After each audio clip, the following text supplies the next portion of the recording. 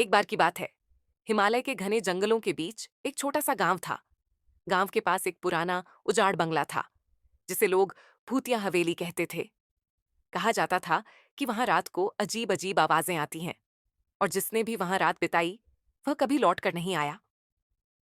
एक दिन गांव में एक युवक अर्जुन आया।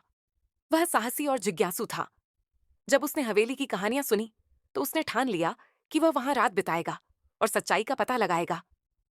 गांव वालों ने उसे समझाने की बहुत कोशिश की, लेकिन वह नहीं माना। उस रात अर्जुन ने एक लालटेन और चाकू लेकर हवेली में कदम रखा। हवेली अंदर से बेहद डरावनी थी। दीवारों पर झाले, फर्श पर धूल और हर तरफ सन्नाटा। उसने एक कमरा चुना और वहां बैठकर इंतजार करने लगा। रात के ठीक 12 बजे उसे सीढ़ियों पर किसी के चलने की आवाज सुनाई दी। उसने लालटेन उठाई और बाहर झांका, लेकिन वहां कोई नहीं था। अचानक एक ठंडी हवा का झोंका आया और दरवाजा अपने आप बंद हो गया। अर्जुन को डर तो लगा, लेकिन उसने हिम्मत नहीं हारी।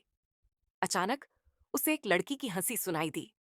वह पलटा तो देखा, सफेद साड़ी में एक औरत खड़ी थी, जिसका चेहरा अधूरे चांद की रोशनी में नजर आ रहा था। उसकी आंखें खून की तरह लाल थीं। अर्जुन ने पूछा, तुम कौन हो? उस औरत ने धीमे स्वर में कहा, मैं इस हवेली की मालिक थी, लेकिन मुझे धोखे से मार दिया गया। अब हर कोई जो यहां आता है उसे मैं अपने पास रोक लेती हूँ। अर्जुन ने समझाया कि वह उसकी मदद करना चाहता है।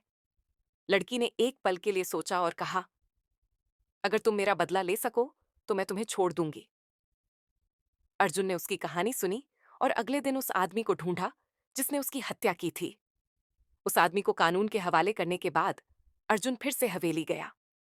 वह औरत उसके सामने आई और मुस्कुराते हुए कहा, अब मैं मुक्त हूं, धन्यवाद। उसके बाद हवेली से कभी कोई अजीब आवाज नहीं आई और अर्जुन गांव वालों का हीरो बन गया। लेकिन अर्जुन को आज भी वह लड़की और उसकी लाल आंखें याद आती हैं।